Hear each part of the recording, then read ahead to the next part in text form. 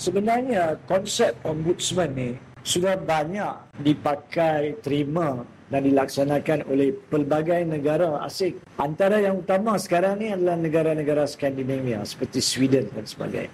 Ombudsman ni dalam bahasa mudah untuk kita boleh bayangkan, dia seolah-olah sebagai Lieutenant General kepada Ketua Negara Agung. Dia orang terkanan kepada Agung. Tujuan adanya jawatan itu adalah untuk menyelia semua pihak yang patut atau yang diberi tanggungjawab membuat kerja masing-masing.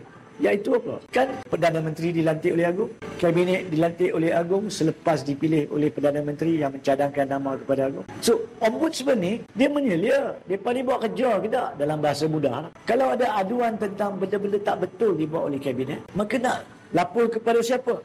Ramai dia cakap, Ketua Negara adalah Agung. Ya, lapor kepada Agung. Takkanlah kita rakyat mempunyai laluan terus untuk ke Agung. Sebab itulah ada yang Ombudsman, orang kanan Agung. Kita lapor kepada Wakil Agung berkaitan seliaan ni, iaitu Ombudsman.